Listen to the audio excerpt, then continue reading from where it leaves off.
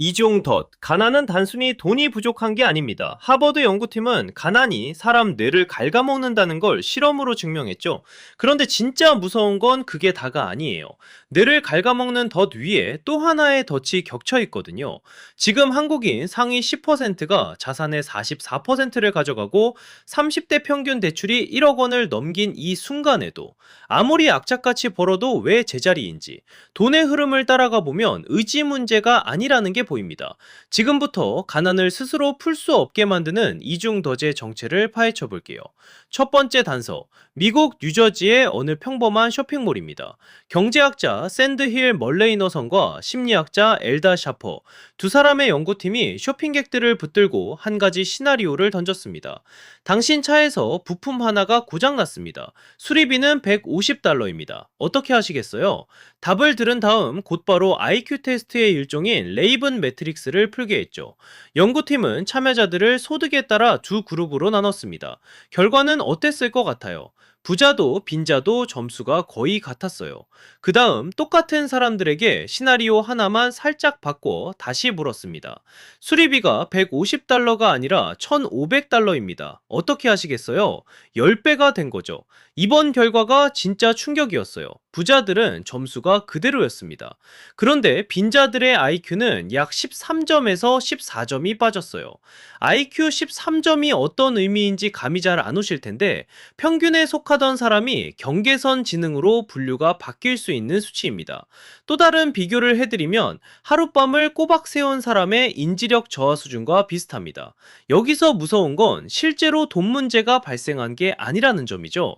그냥 머릿속에서 $1,500를 어떻게 마련할지 잠깐 떠올린 것 뿐이었습니다. 그것만으로 내 안에서 무언가가 빠져나갔어요. 같은 연구팀이 인도, 타밀나드로 가서 사탕수수 농부 464명을 또 추적했는데 결과가 더 분명했습니다. 같은 농부가 수확 전엔 인지 점수가 낮고 수확 후 돈이 들어오면 점수가 유의미하게 올라가요. 사람이 바뀐 게 아니라 돈 걱정의 양이 바뀌었을 뿐이거든요. 쉽게 말하면 돈 걱정은 뇌에서 조용히 돌아가는 백그라운드 앱입니다. 우리 스마트폰에 안 쓰는 앱들이 켜져 있으면 배터리도 빨리 닳고 램도 모자랍니다. 가능한 사람은 그 백그라운드 앱이 가장 큰 용량을 잡고 있는 상태인 거예요. 본인 의지와 상관없이요. 그래서 본래 갖고 있던 지능조차 다 쓰지 못하게 됩니다. 그런데 뇌를 갉아먹는 건 IQ만이 아니었어요. 연구팀이 두 번째로 측정한 건 훨씬 더 무서운 거였거든요. 두 번째 단서, 자제력입니다. 같은 연구팀이 자제력만 따로 떼서 같은 실험을 다시 했습니다. 결과는 IQ 때와 똑같았습니다. 부자는 자제력에 변화가 없었지만 빈자는 자제력이 무너졌어요. 돈 걱정 하나가 사람의 판단력과 끈기 두 가지를 동시에 흔들어 버린 겁니다. 이걸 이해하려면 1944년에 미네소타 대학에서 했던 또 다른 실험을 봐야 해요.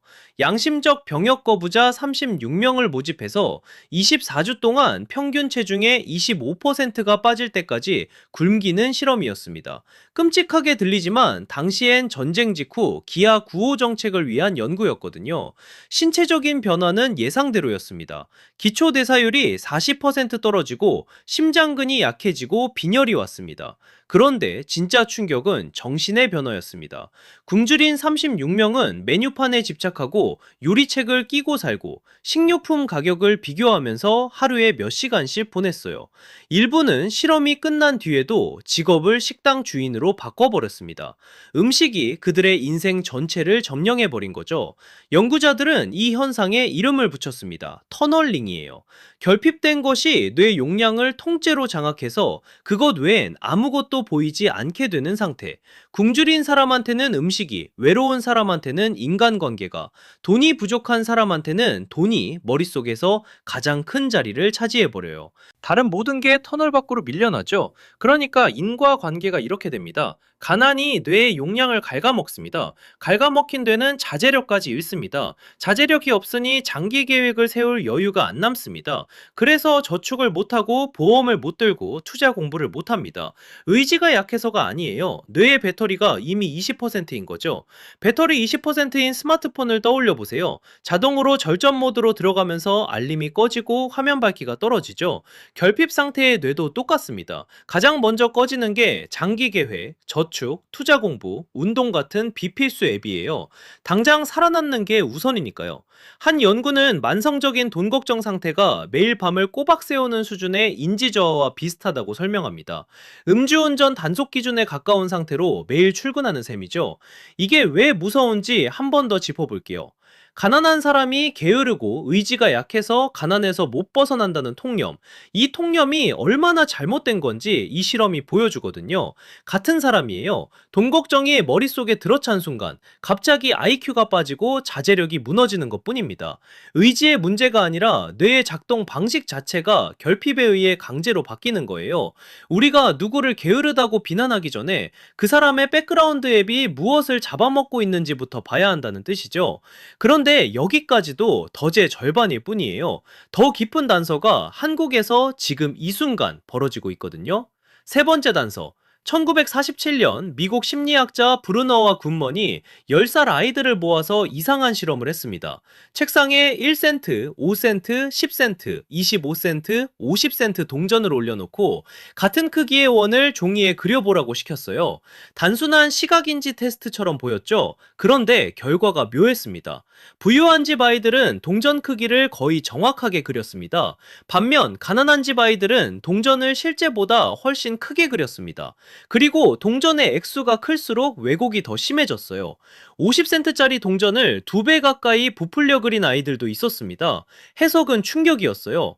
가난한 사람한테 돈은 객관적인 사물이 아니라 주관적인 거대한 존재였던 거죠. 머릿속에서 돈이 너무 크게 보이니까 종이 위에서도 그렇게 그려진 겁니다.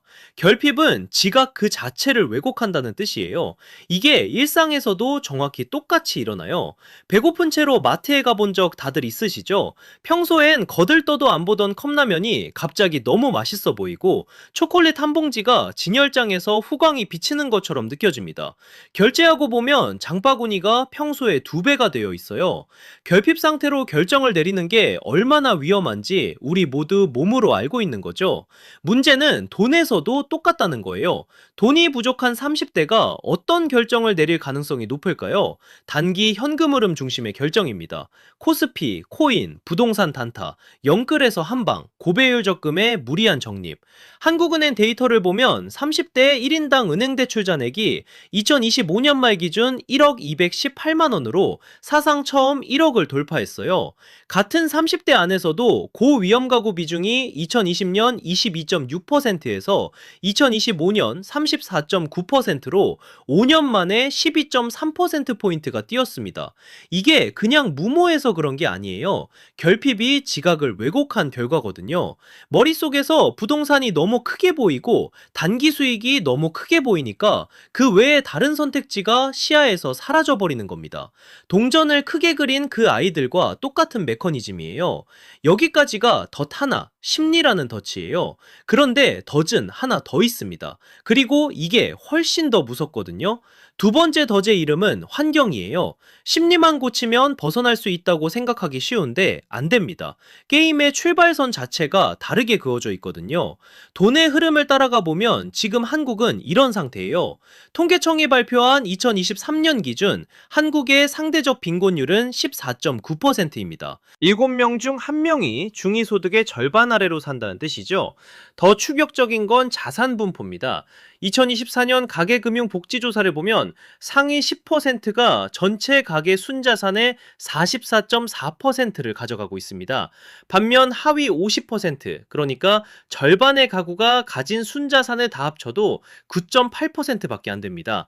소득 5분위 가구의 평균 자산은 13억 3,651만 원, 1분위는 1억 5,213만 원이에요. 8배 차입니다.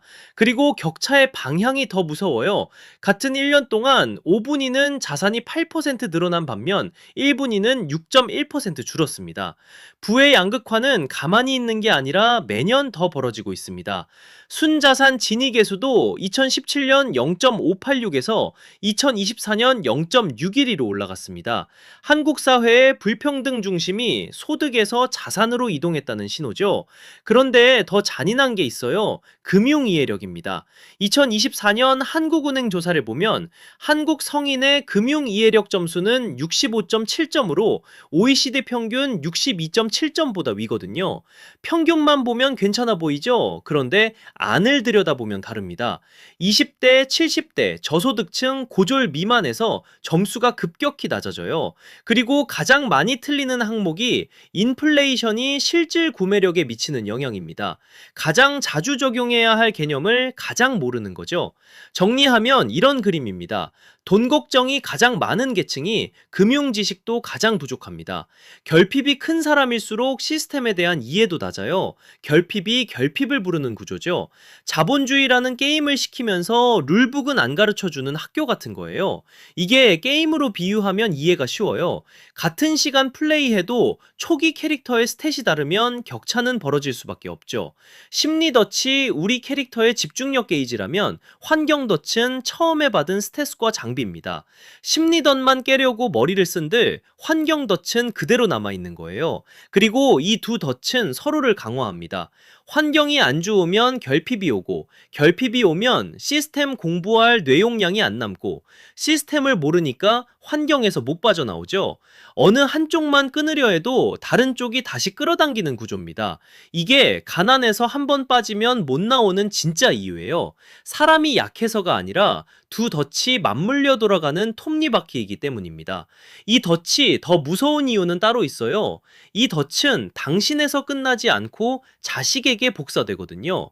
이 덫이 자식에게 복사될 때 한국개발연구원 KDI가 세대 간 경제 이동성을 추적했습니다. 결과를 한 줄로 요약하면 이렇습니다. 부모의 사다리를 자식이 올라가는 확률이 매년 떨어지고 있습니다. 2011년에는 응답자의 41.7%가 다음 세대의 사회경제적 지위가 더 높을 것이라고 답했는데 2021년엔 30.3%로 줄었습니다. 10년 만에 11.4%포인트가 빠진 거죠. 청년층은 더 비관적이에요. 통계청 사회조사에 따르면 19세에서 29세 응답자의 60.5%가 본인 세대의 계층 상승 가능성이 낮다고 답했어요. 절반을 훨씬 넘는 청년이 자기 인생에서 사다리를 못 올라간다고 이미 받아들이고 있는 겁니다. 여기서 중요한 건 이게 단순히 분위기가 비관적이라는 얘기가 아니라는 점이에요. 객관적 데이터도 같은 방향으로 가고 있거든요. 부모의 소득과 자산이 자녀의 계층을 결정하는 영향력이 매년 커지고 있습니다. 자식이 어느 동네에서 자랐는지, 부모가 어떤 직업이었는지가 본인의 노력보다 더 큰 변수가 되어가고 있어요. 이걸 가장 정밀하게 측정한 연구가 있습니다. 하버드의 라지 채티 교수가 만든 오퍼튜니티 아틀라스라는 프로젝트인데요. 미국 전체에서 부모의 소득이 같은 아이들을 비교했을 때 어느 지역에서 자랐는지만으로 성인기 소득의 약 30%가 설명된다고 나왔어요. 같은 아이라도 13세 이전에 더 나은 동네로 이주한 경우 성인이 되었을 때 소득이 31%더 높아졌습니다. 한국에 그대로 적용하긴 어렵지만 방향은 비슷할 거예요. 서울 강남구의 대학 진학률과 지방 군 단위 지역의 진학률 차이를 보면 짐작이 가죠. 환경이 결과의 30%를 결정한다는 건 우리 부모님의 우편 번호가 우리 미래의 30%를 미리 적어놨다는 뜻입니다. 그런데 환경은 수치로만 작동하지 않아요. 정서로도 복사됩니다. 그 영상에 한 시청자가 댓글을 달았어요. 부모가 가난하니 그 영혼도 가난하더라고요. 어차피라는 단어만 자식한테 강요해요. 이 한마디가 아주 정확합니다. 가난은 통장 잔고보다 먼저 어차피라는 단어를 통해 세습돼요. 부모의 결핍이 만든 터널 시야가 자식의 세계관에 그대로 옮겨지는 거죠. 심리 덫이 자식에게 가는 통로는 환경 덫입니다. 그래서 둘은 서로를 강화해요. 부모의 결핍이 자식의 환경을 만들고 그 환경이 자식의 결핍을 또 만들고 이게 가난의 진짜 모양이에요. 그래도 결론은 포기하자가 아닙니다. 이중덫에도 부서지는 지점이 있어요. 딱 세 가지입니다. 이중덫을 부수는 세 가지 원리. 의지로 깨려고 하지 마세요. 결핍 상태의 의지는 이미 배터리 20%거든요. 우리한테 필요한 건 의지가 아니라 구조입니다. 첫째, 구조. 자동이체로 결정을 미리 내려두는 거예요. 행동경제학자 리처드 세일러가 직장 연금 제도를 연구한 적이 있습니다. 직원들에게 가입하시겠습니까를 묻는 방식에서 기본은 가입이고 빠지고 싶으면 빠지세요로 기본값만 바꿨더니 가입률이 40%대에서 90%대로 뛰었어요. 같은 사람들인데 디폴트만 바꿨더니 행동이 달라진 겁니다. 우리한테 필요한 건 똑같습니다. 월급이 들어오는 그날 저축계좌, 투자계좌, 고정비 계좌로 자동이체를 미리 걸어둡니다. 남는 돈으로 저축하겠다는 다짐은 결핍 상태에선 절대 안 지켜져요. 뇌가 이미 백그라운드 앱으로 꽉 찬 상태니까요. 의지가 들어가지 않는 시스템을 만들어야 결핍 속에서도 작동합니다. 자동이체로 묶어둔 그 돈이 미래의 나를 위한 안전망이 되는 거죠. 둘째, 거리.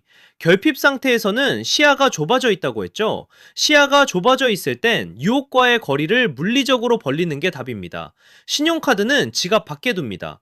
배달앱은 홈화면에서 안쪽 폴더로 옮깁니다. 인스타그램의 명품 광고 계정은 차단합니다.